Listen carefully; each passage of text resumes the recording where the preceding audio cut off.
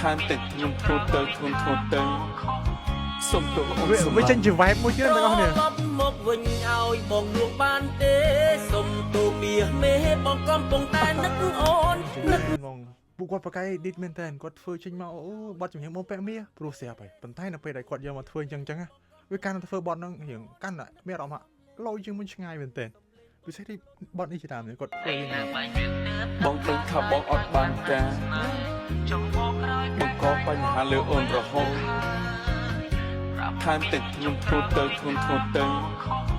សុំទោសអូនសុំវាចេញជា vibe មួយទៀតទាំងអស់គ្នាមកវិញឲ្យបងលួងបានទេ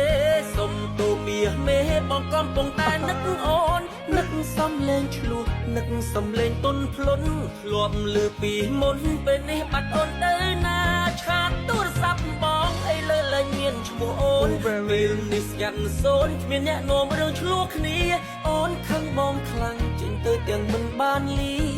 ពុំងារបងសុំទោស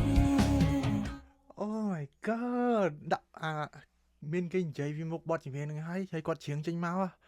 ហើយមួយទៀតខ្ញុំសរសើរពូប្រែមិញមកយល់មែនគាត់ស្អីក៏ចេះដែរប្រែហូវិញប្រែហូជំនាញមកដល់